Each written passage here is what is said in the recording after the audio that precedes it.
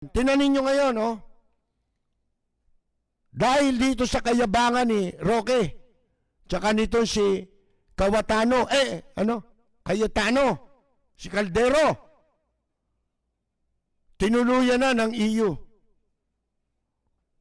European Union, na kansilahin yung pong pribileyo na nagpapalibre ng buwis sa mga produktong ating ini-export sa mga bansang kaanib ng European Union. Mga kaibigan, baka akala ninyo ganun lang yun. Ang epekto nun, hindi lamang mababawasan ang kita ng mga negosyo para pumasok ang dolyar dito sa Pilipinas. Hindi lang yun.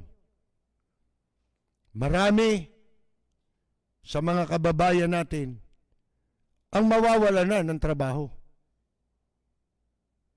Mga kaibigan, sabi mo, itaya mo, 200,000, ba malaki yun? Kaya bang pakainin ng gobyerno yun? Kaya bang buhayin ng gobyerno yun kung mawawala ng trabaho yun? Hindi naman eh. Ano ba kinagalit nila? Kasalanan ba nitong mga nag-i-export? Hindi naman nila kasalanan eh. Kasalanan ng mga nasa gobyerno natin. Katunayan, mayabang pa. Cayetano. Gulong daw. Ang mundo raw bilog. Mga kaibigan. Ibig sabihin, tayo, may sinabi pa eh. Tayo pa raw magdidikta eh. Darating ang panahon. Kailan panahon? Panahon nino? Ito mga nananaginip ng Technicolor. Kumbaga nga sa kwan eh. Sa mga mamamayan, ito mga Pilipino, hindi na nag-aalmusal to eh. Pagkagising pa lang sa umaga, may kalaban na kagad eh. Kalaban niya yung almusal eh. Mga kaibigan eh. Tapos ganyan kayo magsalita, mga hayop kayo. Di ba, yan eh, kuwano, mga kaibigan, katarantaduang malaki. Walang preno kung bumatikos. Malalim at makatwirang komentaryo. Mag-ingat ang mga politikong gumagawa ng kalokohan at baka kayo ay tamaan ng Rapid Fire! At ito raw mga hotel, businesses, makikinabang daw yan dun sa Manila Bay White Sand Project. Ang sabi ni Isko Moreno, si Yorme, puro kayo yabang, makikinabang. Kayo lang ang nakinabang dyan. Sagutin mo, ikaw ba nagpahakot ng mga taong nagpunta ron? Paano yan? Yung contact tracing yan. Di ho ba? Hindi pa pumuputok. Siyempre, tatanungin ba sa ospital, magpagtatapat ba ng mga yun? Di ba? Hindi natin alam kung ilan ang nagkaroon dyan ng COVID. Pero yung nagkaroon ng pera, marami. Sa mga nagpasinaya ron. Ngayon ho, yung Manila Bay tinatambak bukod sa bukod sa nangingitim na, di ba? Kasi humulas eh. Inanod na ng tubig, mga kaibigan. So, kailangan na naman nilang tagpian. Ito'y administrasyon ng puro tagpi. Tagpi rito, tagpi ron. Ang ginagawa ngayon naglalagay ng mga sandbags, mga sako na may lamang buhangin din para hindi raw humulas yung tubig. Yung dolomite. Mawalang hiya kayo talaga. Ang kakapal ng mukha nyo. Umuhulas na eh. Sasabihin mo, mabibinipisyohan mga hotel, business, negosyo. Migil-tigil ka na nga, Yorme. Lawa ka, lawa. Doon na lang kami sa Ronme. Ayaw namin sa Yorme. Nalawa. Gusto namin doon sa Ronme.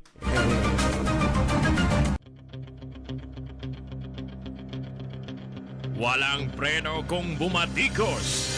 Malalim at makatwirang komentaryo. Mag-ingat ang mga politikong gumagawa ng kalokohan at baka kayo ay tamaan ng Rapid Fire! Alam nyo, kawawa tong presidenteng ito. Sa totoo lang. Bakit? Wala ka ng credibility. Sa palagay mo, pagkatapos mong isa panganib ang seguridad ng mga bansang kaalyado natin, specifically Amerika, sabi ko nga sa inyo, pag nanganib ang security ng Amerika, lahat na manganganib. Lahat ng kaalyado niyang bansa malalagay na sa panganib. Paano kang paniniwalaan pagdating sa security? Sabi ko nga, di ba, nung una pa lang, matagal na sinasabi ko yun lamang intelligence information. Bakit wala kayong makuha? Wala kayo. Di ba sinabi ni Dolphin Lorenzana, hindi raw lalang kung ano nangyayari doon, pero alam nila, may mga military installation sa mga teritoryo sinakop ng China. Ba't wala kayong information? Ang Amerika meron. Ba't hindi binibigay? Lalo para silang nagbigay ng impormasyon sa kalaban. Kung ipasa nyo sa incheck, sino maniniwala sa iyo? Pagtitiwalaan mo ba yung ganyan tao? Kumbaga, may negosyo ka, kukuha ka ng kahero. Kailangan mo kahero, may restaurant ka. Maghanap ka ng cashier. Ano kukunin mo? Yung may record ng pagnanakaw? Siyempre hindi. Diba? Paano ka pagtitiwalaan? Double talk ka. Dalawa bibig mo. Hindi ka naman si Mocha, dalawa bibig mo. Si Mocha, dalawa bibig niyan. Kasi may nagsabi sa akin ano sabi sa akin two heads are better than one daw. Si Vivian at saka si Mocha, iba naman. Two mouths are better than one. Dalawa bibig nila parehong gumagana yun mga kaibigan yung dalawang bibig nila. Ngayon, yan po, napakahirap ng, wala na. To see is to believe. Di ba? Sabi nga the proof of the pudding is in the eating. Mga kaibigan. Paano mo patutunayan yan? Yan yung sinasabi nating mga barometro. Para maramdaman ng China na talagang totohanan yung sinasabi mo at maramdaman din ng mga kaalyado nating bansa na totohanan yung sinasabi mo. Wala ka ng kredibilidad sa pagsasalita Wala na Double talk di ba? Iba sinasabi mo ngayon, iba bukas. Iba yung sinasabi mo, iba yung ginagawa mo. Ine-expect mo dahil dyan sa talumpati mo lang yan. Na-erase na lahat. Yun ang gustong palabasin ni Senator Lacson. Kung nga Senator Lacson, manapanap ka ng isyong medyo magiging kapanipaniwala ka. Kaya minsan ayaw na namin basahin yung pinagsasabi mo Hindi na kami naniniwala sa iyo. Di ba? Magsasalita ka ngayon. Bukas, kakambyo ka. Kayo itong pare-pareho ka hindi marunong manindigan Nakikisakay kayo. Media mileage, mga kaibigan, para mapag-usapan sila. Hindi ka naman kasali dyan. Di ba? Wala naman kayong ginawa. Sana kung may ginawa kayo, katulad ni Carpio, katulad ni Albert De Rosario. Ganito lang yan eh. Yung isang tao, di ba? Nakita mo, nasira ang buhay ng isang tao. Sasabihin mo, kakilala mo pa naman. Kung di mo man kaibigan, kakilala. Ito talaga si ano. Kasi ikaw yung ginawa mo, ganito, ganon eh. Yan ugali nyo eh. Wala ka namang ginawa nung yung tao nangangailangan ng tulong bago siya napariwara. Di ba? Sana tinulungan mo tapos tsaka ka nagsalita. Ngayon hindi eh. Kayo, wala namang kayong ginawa eh. Nagbibingi-bingihan kayo, bulag-bulagan kayo sa pasukan ng mga inchik dito eh. Ningas kugon. Mga kaibigan. Di ba? Bakit? Meron kayong iniiwasan. May protector yung mga inchik na yan. May arrangement yan. Bakit kayo papayag kung hindi kayo namamantikaan ang uso ninyo? Di ba? Sana kung talagang totohanan, pwede kayo magsalita ngayon. Katulad ni Justice Carpio, sila may credibility na magsalita. Bakit? Meron silang ambag na malaki dyan eh. Sila yung mga tumindig eh. At nakipaglaban para tayo makakuha ng pabor na desisyon. Mga kaibigan. Wala eh. Wala nang naniniwala. Kakaawa. Sayang lang yung effort nyo kung di nyo tututuhanin. Lalo kayong mababaon sa kahihiyan. Yung mga pinagsasasabi nyong yan. Aantayin namin kung, sabi ko nga, subukan mong totohanin yan, gawin mo lahat yung mga sinasabi natin, pauwiin mo lahat yung mga inchik na yan, kanselahin ninyo yung visa upon arrival, ipasara ninyo mga pogo, di ba? Sisimulan naming manawagan, suportahan ka namin laban sa China. Wala, inilagay mo kami sa panganib lahat eh. Kinumpormiso mo kami. Yung mga kasunduan na yan, kayo lang ang nakinabang dyan. Walang Pilipinong nakinabang dyan. Ultimong construction dito tinatayo, ang nagtatrabaho, inchik. Construction worker, inchik. Ano napala ng Pilipino riyan? Sipin ninyo yan. Kaya, at face value, tatanggapin mo yon, paniniwalaan mo yon. Yung mga salita nila Del Rosario, sila nagbibigay pa sila ng baka sakali totohanin. Saka si Justice Carpio, di ba? Baka sakali yun. Benefit of the doubt, mga kaibigan. Pero ako, hindi na ako maniniwala eh. Unless merong katibayan. Ano yung katibayan? Yung sinasabi natin. Pasara mo, pogo, lahat.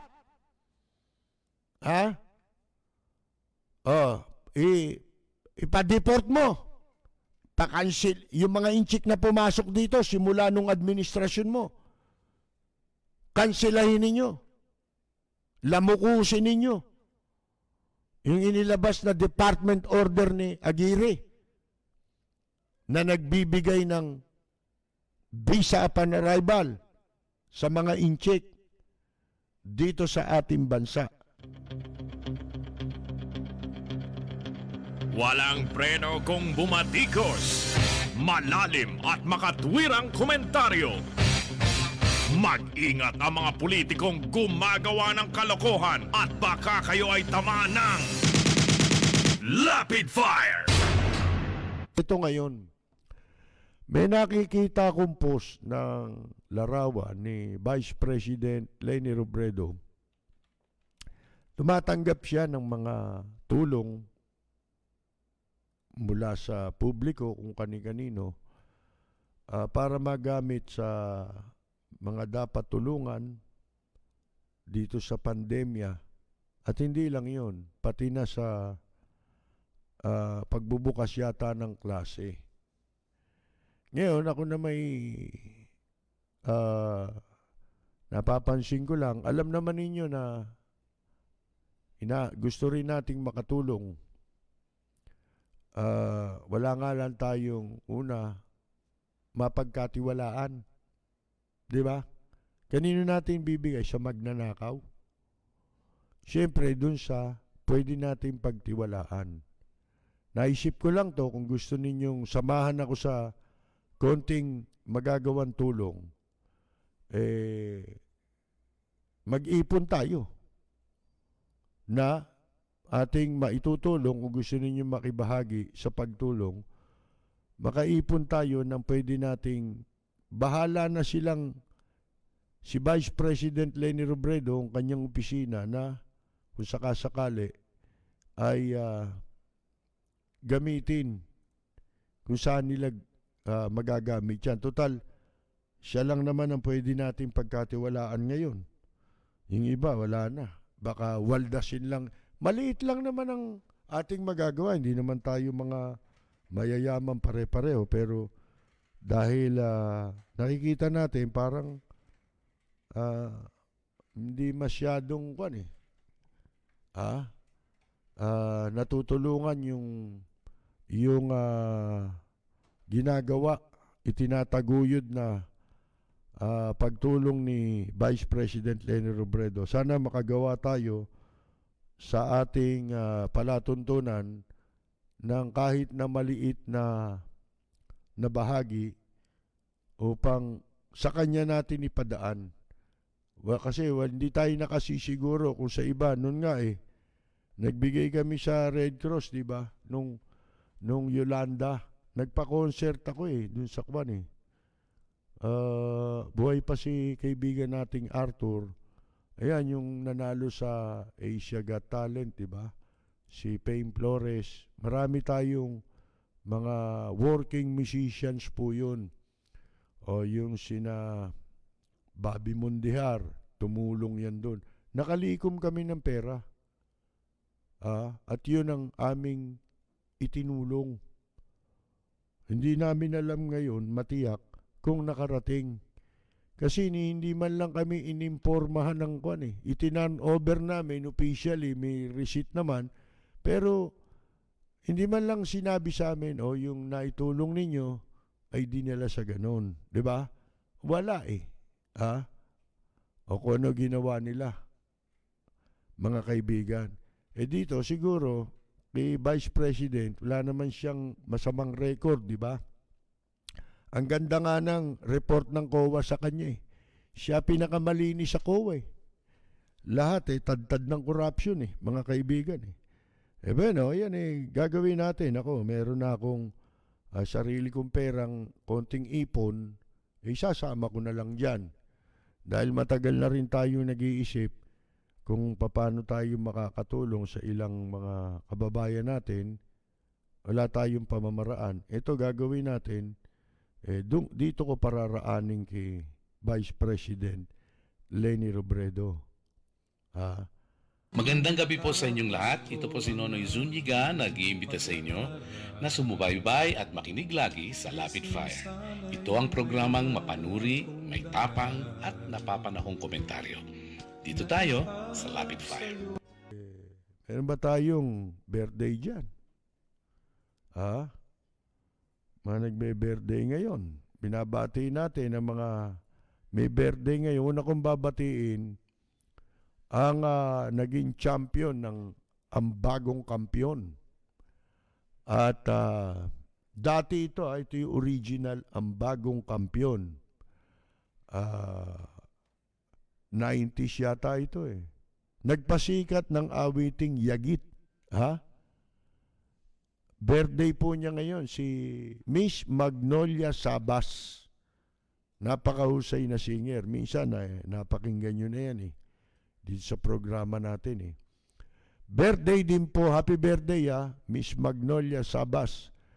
Birthday rin ni Leonardo Armin at Lester Armin. Si Leonardo ay 38 years old.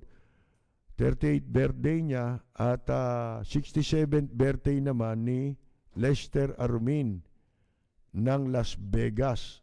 Oh. Si Nanay Bitay ng Orani, Tondo ay birthday din po. Pinababati siya ni Robert Aquino ng Hong Kong. At dahil birthday nila si Miss Magnolia Sabas, Leonardo Arumin, Lester Arumin, Nanay Bitay, narito po ang ating pagbati. Sana yon. Nawala. Oh. Saan ko makikita yon? Ito. Ito po pagbati ha. Para sa nagdiriwang ng kanilang karawan, Happy birthday, ang bati ko, ang bati namin sa iyo. Nawa ay lumigaya ka.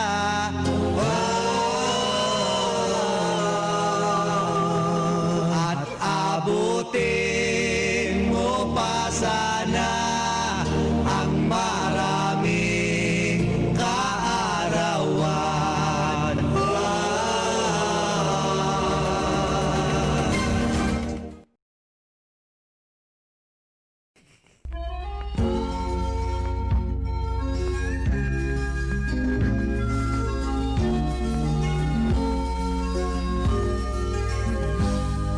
Sa bayan ko ay isa ang lahi. Dito'y wala ang pagkukunwari. Hindi padagay, sadyang kilala sa daigdig. May pagkakaisa sa bawat nais. Magandang yumaga! Yorme! Nagmamahal sa'yo.